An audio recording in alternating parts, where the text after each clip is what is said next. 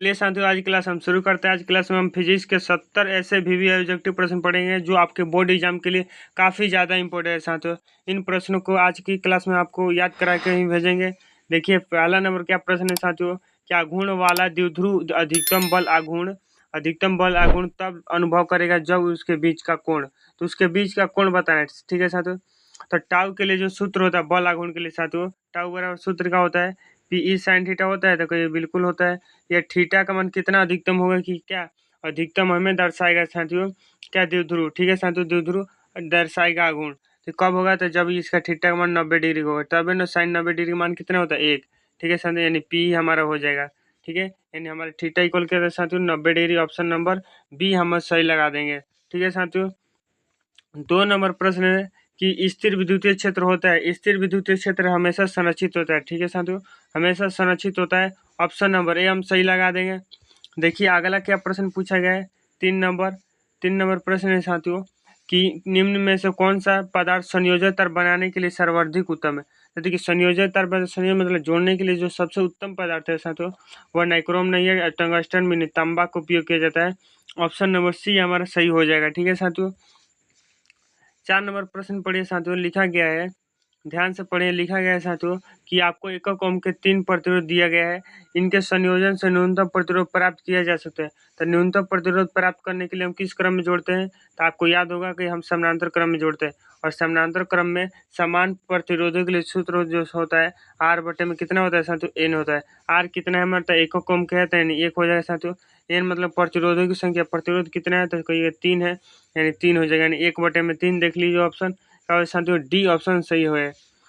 5 number प्रश्न पढ़िए, लिखा गया है साथियों कि एक आदर्श वोल्ट मीटर का प्रतिरोध होता है। आदर्श वोल्ट मीटर का प्रतिरोध हमेशा अनंत होता है और आदर्श ए मीटर का प्रतिरोध हमेशा शून्य होता है, आपको याद रखना है। ठीक है, देखिए 6 नंबर प्रश्न साथ आदर्श आ मीटर का प्रतिरोध हमने अभी बताया क्या होता है, शून्य होता है। ठीक है, 7 नंबर प्रश्न पढ़िए, लिखा गया है साथियों कि किसी वस्तु पर आवेश की न्यूनतम मात्रा कम नहीं हो सकती। तो कोई भी वस्तु हो तो उस पर जो आवेश की न्यूनतम मात्रा होती है साथियों 1.6 × 10⁻⁻19 कूलम्ब होती है। ठीक है, 1.6 × 10⁻⁻19 कूलम्ब होती है। ठीक है, ऑप्शन नंबर ए हमारा सही हो जाएगा।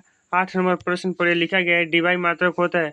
तो डीवाई साथियों हमारा विद्युत द्विध्रुव आघूर्ण का मात्रक होता है। आवेश का मात्रक क्या होता है, तो ये कूलम्ब होता है। विभव का मात्रक वोल्ट होता है। ठीक है साथियों, विभव का मात्रक वोल्ट होता है। ठीक है, ऑप्शन नंबर इसका सी सही लगा दीजिएगा।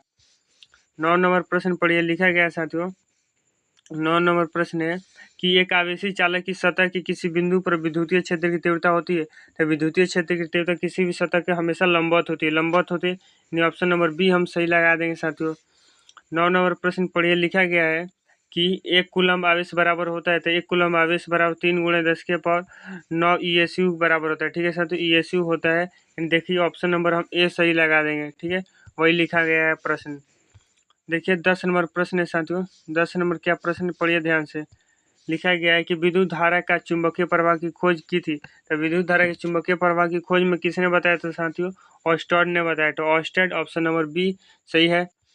11 नंबर प्रश्न पूछा गया है कि 2 वैद्युत क्षेत्र रेखा एक दूसरे को किस कोण पर काटती है। तो 2 वैद्युत क्षेत्र रेखाएं आपको याद होगा कभी नहीं काटती, ऑप्शन नंबर डी हमारा सही है।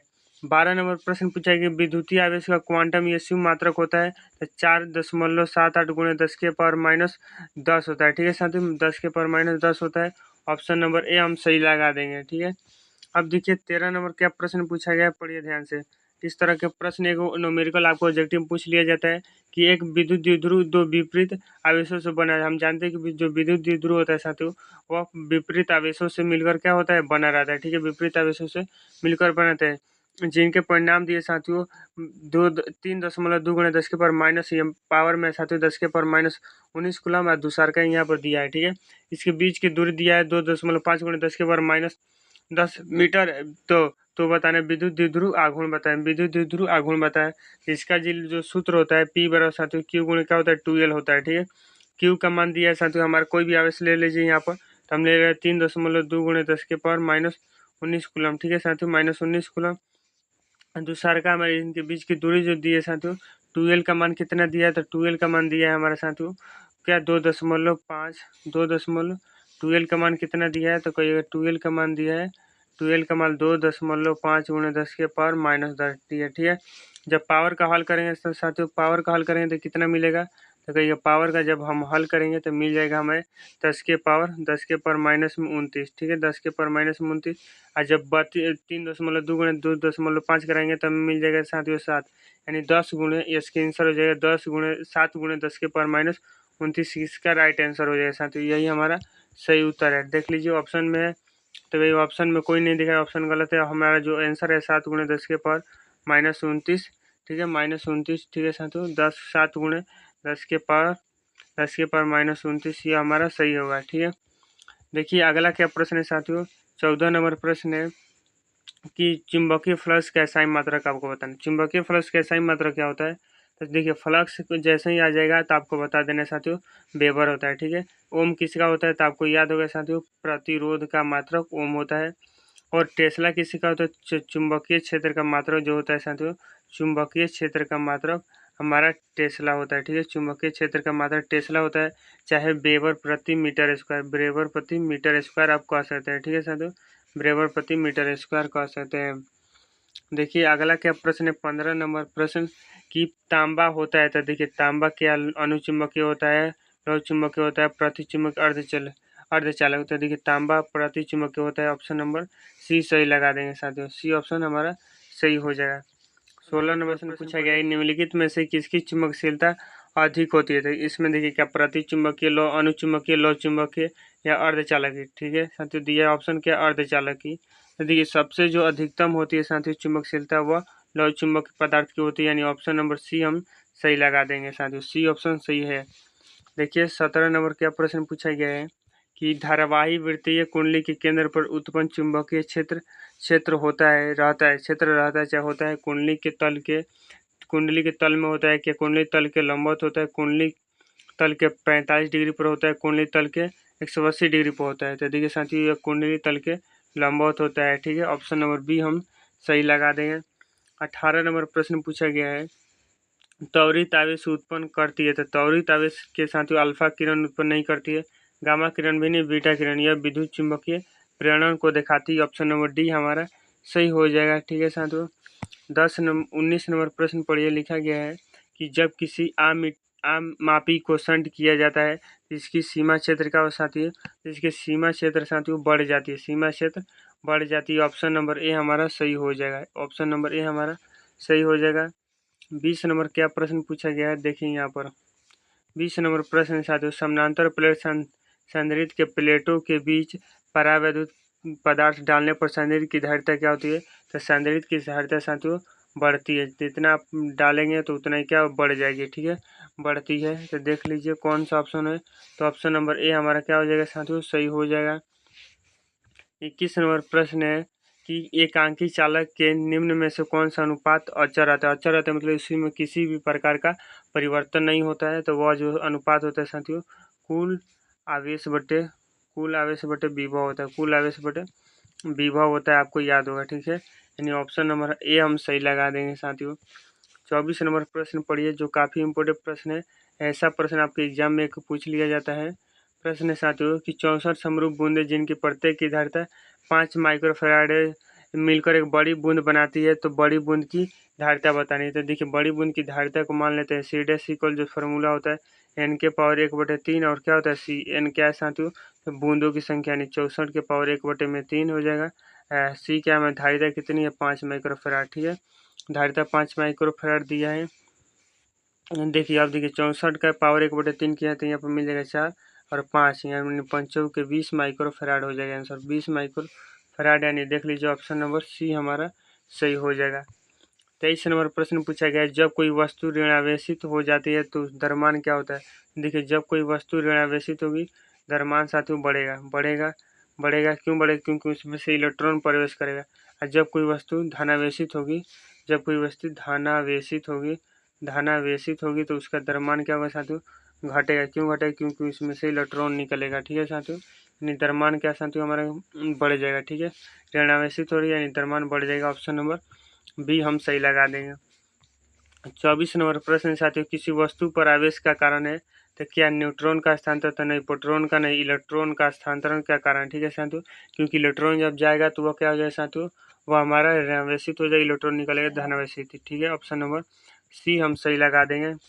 25 नंबर प्रश्न पढ़िए, लिखा गया है साथियों, ध्यान से पढ़िएगा कि एक आवेशी चालक चालक का क्षेत्र दिया है, क्षेत्र आवेश घनत्व दिया साथियों सिग्मा के पास विद्युतीय क्षेत्र का मान होगा। तो क्षेत्र आवेश घनत्व किसके लिए होता है, तो साथियों क्षेत्र के लिए होता है, पृष्ठ के लिए। तो क्षेत्र किस में देखने होता है, समतल चादर में देखने के लिए मिलता है। और समतल चादर के लिए जो विद्युतीय क्षेत्र का जो सूत्र होता है साथियों, सिग्मा बटे 2 एप्सिलॉन नॉट होता है, सिग्मा बटे 2 एप्सिलॉन नॉट। यानी ऑप्शन नंबर हम क्या लगा दें साथियों, ऑप्शन नंबर ए हमारा सही हो जाए, सिग्मा बटे 2 एप्सिलॉन नॉट।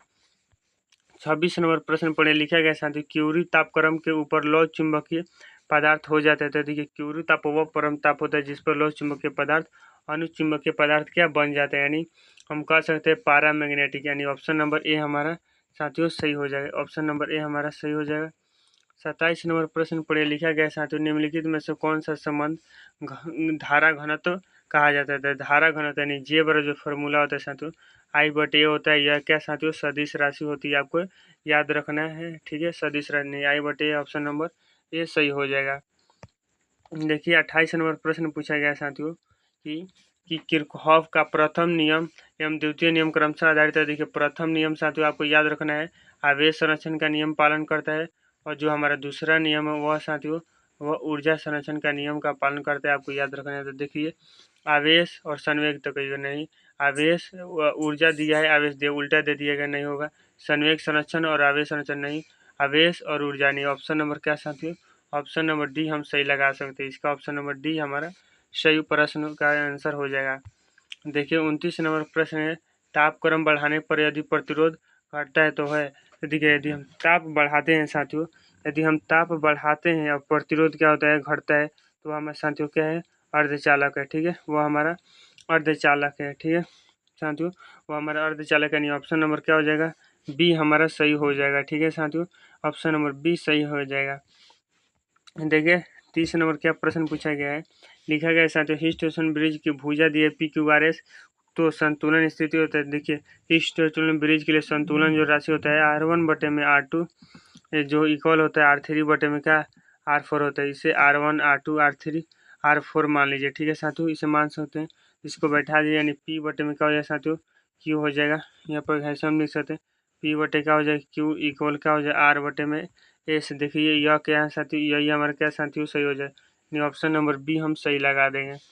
देखिए 31 नंबर प्रश्न है साथियों, शंट के प्रयोग में धारा मापी की सुग्राहिता क्या होती है। देखिए सुग्राहिता कहेगा तो क्या हो जाती है साथियों, सुग्राहिता हमारी घट जाती है और सीमा क्षेत्र में क्या हो जाता है, बढ़ जाती है, ठीक है। देखिए 32 नंबर क्या प्रश्न पूछा गया है साथियों कि एक सीधे धारावाही तार के गिर्द चुंबकीय क्षेत्र बी का रेखीय समाकलन, तो रेखीय समाकलन क्या कहलाता है, तो साथियों यह म्यू नोट सिग्मा आई के बराबर होता है। म्यू नोट सिग्मा आई कहिए चाहे म्यू नोट आई कहिए, ठीक है। सिग्मा आई मतलब क्या होता है साथियों, कुल धाराओं का बीजगणितीय योग, यदि धारा आई है तो हमारे क्या म्यू नोट आई हो जाएगा। यानी ऑप्शन नंबर देखिए ए हम सही लगा देंगे साथियों। यह किसका नियम कहलाता है, तो यह एम्पियर का प्रपथीय नियम कहलाता है, आपको याद रखना है, ठीक है। तो देखिए और 33 नंबर प्रश्न पर लिखा गया साथियों कि गैल्वेनोमीटर को वोल्ट मीटर में परिवर्तित करने के लिए हमें क्या परिवर्तित करना चाहिए। तो देखिए गैल्वेनोमीटर को बदलना है क्या साथियों, वोल्ट मीटर में। तो वोल्ट मीटर में बदलने के लिए हमें पहला नंबर चाहिए उच्च प्रतिरोध, उच्च प्रतिरोध चाहिए, क्या चाहिए साथियों, उच्च प्रतिरोध चाहिए। और दूसरा नंबर चाहिए साथियों हमें, दूसरा नंबर चाहिए हमें क्या, इसे हम श्रेणी क्रम में जोड़ेंगे, साथियों किस क्रम में, तो श्रेणी क्रम में। तो देख ले उच्च प्रतिरोध और श्रेणी क्रम कौन सा ऑप्शन है, तो देखिए साथियों कम प्रतिरोध तो कहिएगा नहीं, उच्च प्रतिरोध समानांतर क्रम में तो कहिएगा ये अभी नहीं, कम प्रतिरोध गैल्वेनोमीटर समानांतर क्रम में जोड़ना चाहिए नहीं, हमें किस क्रम में जोड़ना है साथियों, हमें जोड़ना है श्रेणी क्रम में, यानी उच्च प्रतिरोध गैल्वेनोमीटर समानांतर क्रम में। तो देखिए सभी ऑप्शन गलत है, आप इस ऑप्शन को सुधार कर यहाँ पर साथियों श्रेणी क्रम कर लीजिए, श्रेणी क्रम, यानी ऑप्शन नंबर हम डी सही लगा देंगे इसका, ठीक है। अब देखिए 34 नंबर प्रश्न लिखा गया साथियों, एम्पियर घंटा मात्रक है। तो देखिए एम्पियर क्या होता है साथियों, एम्पियर एंड किस, यहाँ पर देखिए आवेश बराबर जो साथियों क्यू बराबर सूत्र होता है आई टी, ठीक है। आई का मात्रक क्या होता है, एम्पियर होता है। टी क्या समय का साथियों सेकंड, चाहे आप घंटा भी लिख सकते हैं, यानी एम्पियर घंटा किसका मात्रक है साथियों, आवेश का मात्रक हो गया, यानी ऑप्शन नंबर हमारा बी सही हो जाएगा। शक्ति का मात्रक वाट होता है, ऊर्जा का मात्रक जूल होता है, विभवांतर का मात्रक वोल्ट होता है, आपको याद रखना है। ठीक है, 35 नंबर प्रश्न है साथियों, हिल स्टेशन ब्रिज से मापा जाता है, तो आपको याद रखना है इससे उच्च तथा निम्न प्रतिरोध मापा जाता है, उच्च तथा निम्न प्रतिरोध। 36 नंबर प्रश्न, किलोवाट घंटा मात्रक है, तो किलोवाट घंटा ऊर्जा का मात्रक है, और 1 किलोवाट जो घंटा होता है 1 kWh बराबर जो होता है 3.6 गुणे 10 के पावर -6 जूल होता है। ठीक है साथियों, -6 जूल होता है, आपको याद रखना है। 37 नंबर प्रश्न है साथियों, 37 नंबर प्रश्न पूछा गया है कि मुक्त आकाश की परावैद्युतांकता की होती है, तो मैंने एप्सिलॉन नोट पूछ रहा है मुक्त आकाश के लिए जो होता है साथियों वो 8.85 गुणे 10 के पावर -12 होता है फैराड प्रति मीटर, यानी ऑप्शन नंबर हम सी सही लगा देंगे। ठीक है साथियों, ऑप्शन नंबर सी सही हो जाएगा। 38 नंबर प्रश्न पर लिखा है विद्युतशीलता एक्स क्या मात्रक होता है, तो विद्युतशीलता का मात्रक हमने अभी पढ़ा फैराड प्रति मीटर होता है, फैराड प्रति मीटर, यानी ऑप्शन नंबर बी सही हो जाएगा। एप्सिलॉन नोट का मान पूछ रहा है, सी का मात्रक पूछ रहे हैं साथियों। अब देखिए 39 नंबर प्रश्न पूछा गया है कि समरूप विद्युतीय क्षेत्र की तीव्रता हो तो उसमें रखे क्यू पर लगने वाले बल होगा, तो देखिए क्यू पर जो बल लगता है ई बराबर जो सूत्र होता है क्या साथियों, एफ बटे क्या होता है क्यू होता है, यानी एफ बराबर क्या आ गया हमारा ई क्यू आ गया, यही हमारा क्या बल लगा ई क्यू, यानी E Q option number B हम सही लगा देंगे, ऑप्शन नंबर बी हमारा सही हो जाएगा। 40 नंबर प्रश्न साथियों, निम्नलिखित में से कौन सदिश राशि है हमें बताना है, सदिश राशि बताना है। देखिए आवेश हमारा क्या साथियों अदिश राशि, धारिता भी आवेश इन विद्युतीय तीव्रता हमारी सदिश राशि, यानी ऑप्शन नंबर सी सही हो जाएगा स्वामी का। ठीक है, सी सही हो जाएगा।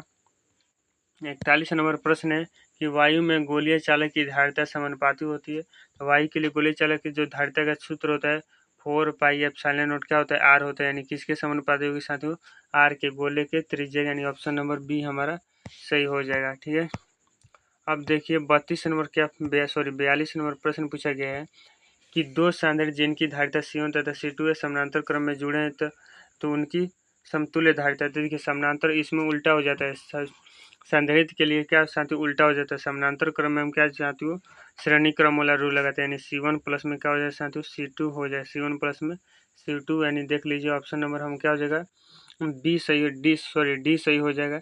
यदि यदि यही साथियों यदि श्रेणी क्रम में बोला होता है तो 1/C प्लस में 1/C2 लगाते हैं इसके लिए। ठीक है साथियों, अब देखिए 43 नंबर प्रश्न पूछा गया, 4 संधारित्र जिन प्रत्येक की धारिता 8 क्या दिया है 2 माइक्रोफैराड है, एक 8 माइक्रोफैराड संधारित्र बनाने की उन्हें जोड़ना चाहिए, तो देखिए हमें क्या दिया है 2 माइक्रोफैराड की धारिता दी है, हमें 8 माइक्रोफैराड की संधारित्र वाली धारिता चाहिए, इसको किस क्रम में जोड़ेंगे, तो हम जोड़ेंगे साथियों हम जोड़ेंगे समानांतर क्रम में। ठीक है, समानांतर क्रम में जोड़ेंगे तो हमें क्या मिल जाएगा साथियों एन सी, यानी हमें एन कितना 4, एन कितना मिल जाएगा साथियों 4, एन कितना मिल जाएगा 4, देखिए हमें दिया है साथियों समानांतर क्रम में जोड़ेंगे, हमें एन सी वाला फार्मूला लगाए, हमें जो धारिता दिया है 2 दिया है साथियों, यहाँ पर कुल चाहिए कितना 8, यानी हमारा क्या 2 ले 4, यानी कट गया, यानी एन बराबर साथियों हमारा 4 संधारित्र आ जाएगा, यानी साथियों एन हमारा क्या हो जाए 4 संधारित्र, इसको जोड़ने के लिए हम किसका उपयोग करेंगे समानांतर क्रम का। ठीक है,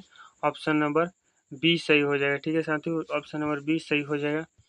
44 नंबर प्रश्न है वांडी ग्राफ जनित्र मशीन है जो उत्पन्न करता है, तो यह साथियों कई लाख वोल्टेज उत्पन्न करता है, ऑप्शन नंबर हमारा बी सही हो जाएगा, सी सही हो जाएगा, ऑप्शन नंबर सी सही हो जाएगा।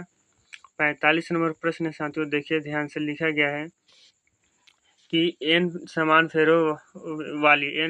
फेरों वाली तथा आर त्रिज्या के वृत्ताकार धारावाही कुंडली में धारा आई स्थापित हो तो केंद्र पर चुंबकीय क्षेत्र का मान होगा, तो केंद्र पर चुंबकीय क्षेत्र का मान कितना होगा साथियों हमें बताते हैं म्यू नोट आई बटे में क्या होता है साथियों 2r होता है, म्यू नोट आई बटे में 2r होता है, लेकिन जब इसमें हम क्या साथियों जब फेरा जोड़ते हैं तो म्यू नोट एन आई बटे में 2r हो जाता है, म्यू नोट एन आई बटे में 2r हो जाता है, यानी ऑप्शन नंबर क्या साथियों डी सही हो जाएगा, ऑप्शन नंबर डी इसका सही हो जाएगा। अब देखिए 46 नंबर प्रश्न लिखा है कि आर त्रिज्या एन फेरो वाली वृत्ताकार कुंडली जिसमें आई धारा प्रवाहित हो रही है तो उसके केंद्र पर चुंबकीय प्रेरण समानुपाती होगा, उसके केंद्र पर जो चुंबकीय प्रेरण होगा किसके समानुपाती होगा साथियों हमें अभी बताना है। ठीक है, तो हमने अभी सूत्र पढ़ा है म्यू नोट आई बटे में क्या साथियों 2r, यानी देख लीजिए वह किसके समानुपाती होगा, यहाँ पर साथियों एन लगा देते हैं, एन लगा देते हैं, यानी साथियों एन के समानुपाती होगा, यानी कह सकते हैं आई के और 1/में साथियों 1/में आर के, ठीक है, आई के और 1/में आर के।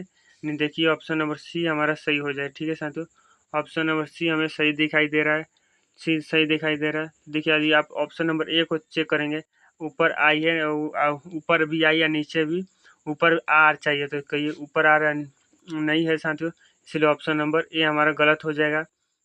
दूसरा का ऑप्शन करे ऊपर एन चाहिए और ऊपर आर भी चाहिए, तो ऊपर तो एन है लेकिन आर नहीं है, यानी ऑप्शन नंबर हमारा बी भी गलत हो जाएगा। ऑप्शन नंबर सी हमारा सही हो जाएगा साथियों। डी अगर चेक करते हैं, ऊपर आई चाहिए, ऊपर आई चाहिए, नीचे क्या चाहिए, एन चाहिए, तो नीचे एन है भी नहीं, तो ऑप्शन नंबर डी भी गलत हो जाएगा, यानी पूर्ण रूप से ऑप्शन नंबर साथियों हमारा सी सही हो जाएगा, ठीक है साथियों, समझ गए।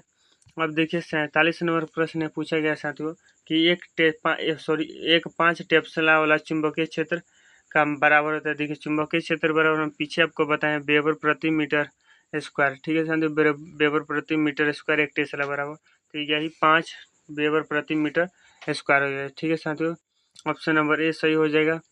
48 नंबर क्या प्रश्न पूछा गया, देखिए साथियों कि दो समानांतर तारों में विपरीत दिशा में धारा प्रवाहित होती है, तो वे एक दूसरे को विकर्षित करेंगे, दूसरे को आकर्षित करेंगे, एक दूसरे पर कोई बल नहीं लगाएंगे, एक दूसरे की धाराओं को नष्ट कर देंगे। तो देखिए साथियों मान के चलिए इस तरह का 2 चालक तार है, इसमें दोनों की धारा को विपरीत, एक ऊपर धारा इधर, एक ऊपर धारा इधर, तो ये दूसरे साथियों एक दूसरे को विकर्षित करते हैं, एक दूसरे को विकर्षित करते हैं। ऑप्शन नंबर हमारे क्या साथियों ये सही हो जाएगा। वही एक ही दिशा में यदि धारा बहती तो वो एक दूसरे का साथियों आकर्षित करते हैं। 49 नंबर प्रश्न है, ये चल कुंडली गैल्वेनोमीटर की स्वीकार्यता बढ़ाई जा सकती है, तो इसमें कैसे बढ़ाई जा सकती है आपको बताना है। कुंडली में फेरों की संख्या बढ़ाकर, चुंबकीय फ्लक्स को बढ़ाकर, कुंडली के क्षेत्रफल को घटाकर, प्रति एकांक एकठन को बढ़ाकर। तो देखिए साथियों तो चुंबकीय फ्लक्स को बढ़ाकर इसकी क्या सुग्राहिता बढ़ाई जा सकती है, ऑप्शन नंबर बी हमारा सही हो जाएगा, ठीक है साथियों, ऑप्शन नंबर बी हमारा सही हो जाएगा। देखिए 50 नंबर प्रश्न पूछा गया है कि गैल्वेनोमीटर में शंट का व्यवहार किया जाता है, तो गैल्वेनोमीटर में शंट का व्यवहार क्यों किया जाता है आपको बताना है। उसकी सुग्राहिता बढ़ाने के लिए, उसका प्रतिरोध बढ़ाने के लिए, विद्युत धारा के कारण उसे टूटने से बचाने के लिए उपयुक्त में से कोई नहीं। तो देखिए शंट का प्रयोग जो साथियों किया जाता है विद्युत धारा के कारण उसे टूटने से बचाने के लिए, यानी ऑप्शन नंबर सी हमारा सही हो जाएगा। 51 नंबर प्रश्न है साथियों कि जब किसी वस्तु को आवेशित किया जाता है तो उसका द्रव्यमान क्या होता है, तो हमने आपको पीछे ही बताया साथियों, तो उसका द्रव्यमान बढ़ भी सकता है घट भी सकता है, यानी ऑप्शन नंबर डी हमारा सही हो जाए, क्योंकि आवेश यहाँ पर खोला नहीं गया है, ठीक है साथियों, आवेश नहीं खोला गया है। देखिए अगला क्या प्रश्न है साथियों कि चालक पदार्थ से बने असीमित आवेशित पतली चादर की सतह के निकट स्थित किसी बिंदु पर विद्युतीय क्षेत्र का मान होगा, तो हमने आपको पीछे ही बताया था साथियों सिग्मा/2 एप्सिलॉन नॉट होता है, यानी ऑप्शन नंबर देख लीजिए, ऑप्शन नंबर सी हमारा सही हो जाएगा। 52 नंबर प्रश्न पर लिखा गया साथियों कि समान धारिता के एन सांद्रित पहले समानांतर क्रम में, तो समानांतर क्रम में पहले जुड़ेंगे, तो समानांतर क्रम के लिए जो साथियों सूत्र क्या होता है, तो एनसी होता है, चुपचाप लिख दीजिए। फिर श्रेणी क्रम में जोड़ा जाता है, तो दोनों अवस्थाओं में तुल्य धारिता अनुपात होगा। एनसी के लिए साथियों श्रेणी क्रम के लिए सूत्र होता है एन बटे क्या होता है सी, ठीक है, एन से एन कट गया, सॉरी यहाँ पर क्या होता है सी बटे एन होता है, ठीक है साथियों, सी बटे एन होता है, ठीक है, सी बटे एन होता है, यानी सी से सी कट गया, यानी साथियों ऊपर क्या चल गया एन, यानी एन स्क्वायर हमारा क्या साथियों आंसर हो जाता है। देख लीजिए एन स्क्वायर कहाँ है, एन स्क्वायर कहाँ है, देखिए एन स्क्वायर, यानी ऑप्शन नंबर हमारा सी सही हो जाएगा साथियों, ऑप्शन नंबर सी हमारा सही हो जाएगा। अब देखिए 53 नंबर क्या प्रश्न पूछा गया है। 53 नंबर हम लोगों से प्रश्न पूछा गया है साथियों कि 3 सांद्रित जिनमें प्रत्येक की धारिता क्या है साथियों सी है, समानांतर क्रम में जुड़े उनकी समतुल्य धारिता होगी, तो समानांतर क्रम में जुड़े हैं साथियों, तो समानांतर क्रम में हमने अभी बताया साथियों क्या होती है एनसी होता है, ठीक है, एनसी यानी कितने सांद्रित है साथियों 3, यानी 3 हो जाएगा, और सी की जगह पर सी यानी 3C हो जाएगा इसका आंसर। देख लीजिए ऑप्शन नंबर क्या साथियों बी हमारा सही हो जाएगा, ऑप्शन नंबर बी हमारा सही हो जाएगा। 54 नंबर प्रश्न समान धारिता के 3 सांद्रित को श्रेणी क्रम में जोड़ने पर साथियों 6 माइक्रोफैराड धारिता प्राप्त होती है, यदि उन्हें समानांतर क्रम में जोड़ा जाए तो तुल्य धारिता होगी। तो देखिए साथियों यहाँ पर जो हमारा दिया गया है वह सी तुल्य दिया गया है 6 माइक्रोफैराड, हमें धारिता का मान नहीं पता है, केवल तुल्य के मान पता है। ठीक है साथियों, तो हमें धारिता पहले ज्ञात करेंगे। तो धारिता दिए साथियों, तो देखिए एक बार और प्रश्न को पढ़ते लिखा गया है कि समान धारिता के 3 साधन थे, श्रेणी क्रम में जुड़े थे। श्रेणी क्रम के लिए हमने अभी सूत्र पढ़ा है साथियों, क्या होता है श्रेणी क्रम के लिए जो सूत्र होता है वो हमारा सी बटे क्या होता है एन होता है, कहीं बिल्कुल सी बटे एन होता है। अब बराबर में क्या होता है सी तुल्य, तो सी तुल्य हमारे कितने साथियों 6 दिया है। ठीक है, 6 दिया है। हमारा एन कितना है साथियों, तो एन हमारा देखिए यहाँ पर 3 है, यानी सी बटे में क्या हो जाए 3 इक्वल क्या हो जाए 6 इक्वल। ठीक है साथियों, यानी देखिए यह भागा में तो उधर जाए गुणा, यानी 6 18 हो जाएगा हमारा। देखिए सी का माना गया साथियों 18, इसको हम क्या साथियों आप जोड़ देंगे, सी इक्वल क्या आ गया 18। समानांतर क्रम के लिए साथियों क्या होता है एन सी होता है। एन कितना है साथियों, तो कहिए 3, सी कितना मिल गया 18, एन 38 54, इसका आंसर हो जाए। देखिए 54 क्या है, ऑप्शन नंबर सी हमारा सही हो जाएगा। ठीक है साथियों, सी ऑप्शन सही हो जाएगा। 55 नंबर प्रश्न है कि यदि प्लेटों की बीच धातु की छड़ घुसा दी जाती है तो उसकी धारिता क्या होगी। तो देखिए जब भी हम किसी भी प्लेटों के बीच कोई भी अपवर्तनांक डालते हैं, मतलब परावैद्युतांक पदार्थ डालते हैं, तो उसकी धारिता क्या साथियों बढ़ जाती है। और जो साथी धातु की जो परावैद्युतांक होता है वो अनंत होता है, इसके कारण उसकी धारिता क्या साथियों अनंत हो जाती है। ऑप्शन नंबर हम 20 सही लगा देंगे। 56 नंबर प्रश्न है साथियों कि गैल्वेनोमीटर को वोल्ट मीटर बनाने में ज़रूरत है। तो देखिए गैल्वेनोमीटर को वोल्ट मीटर में बदलना है तो हमें कैसा प्रतिरोध चाहिए, उच्च प्रतिरोध चाहिए। ठीक है साथियों, ऑप्शन नंबर ए हमारा सही हो जाएगा। ऑप्शन नंबर ए हमारा सही हो जाएगा। 57 नंबर प्रश्न चुंबकीय फ्लक्स का SI मात्रा, तो जैसे ही फ्लक्स होगा तब हमने क्या बताया था वेबर हो जाएगा। ऑप्शन नंबर ए सही हो जाएगा। चुंबकीय क्षेत्र का मात्रा क्या हो जाएगा साथियों, टेस्ला हो जाएगा। आपको याद रखना वेबर प्रति मीटर स्क्वायर भी चुंबकीय क्षेत्र का ही मात्रक है। ठीक है साथियों, चुंबकीय क्षेत्र का ही मात्रक है। 58 नंबर प्रश्न है कि विद्युत चुंबकीय प्रेरण की घटना की खोज किसने की थी। तो विद्युत चुंबकीय प्रेरण की खोज के बारे में बताया था साथियों फ्राडे ने। ऑप्शन नंबर ए सही हो जाएगा। देखिए 59 नंबर क्या प्रश्न पूछा गया है। 59 नंबर प्रश्न है साथियों कि एक चुंबक एक बंद चालक के निकट स्थित, एक चुंबक साथियों एक बंद चालक के निकट स्थित चालक में धारा उत्पन्न की जा सकती है। तो देखिए धारा किसी भी जो चुंबक है और बंद चालक हो उनके बीच धारा तभी उत्पन्न होगी जब क्या केवल चुंबक गतिशील हो, तो कहेगा नहीं। केवल चालक गतिशील हो तो यह भी नहीं होगा साथियों। चुंबक और चालक दोनों गतिशील नहीं, दोनों गतिशील होंगे तो नहीं, जब उनके बीच सापेक्ष गति होगी साथियों तब होगी। ठीक है साथियों, सापेक्ष गति यानी सापेक्ष के चाहे अपेक्षिक, यानी ऑप्शन नंबर डी साथियों हमारा सही हो जाएगा। ऑप्शन नंबर डी सही हो जाएगा। 60 नंबर प्रश्न है साथियों जो काफ़ी इंपॉर्टेंट है, अन्योन प्रेरण का SI मात्रक। तो देखिए अन्योन प्रेरण का SI मात्रक क्या होता है, तो हेनरी होता है, आपको याद रखना है हेनरी। ऑप्शन नंबर ए सही हो जाएगा। 61 नंबर प्रश्न है साथियों कि निम्न में से कौन सी नियम ऊर्जा संरक्षण के नियम पर आधारित है। कौन सा नियम, तो देखिए लेंज नियम हमारे ऊर्जा संरक्षण के नियम का पालन करते हैं, पहला ही ऑप्शन सही हो जाएगा। ठीक है साथियों, पहला ऑप्शन सही हो जाएगा।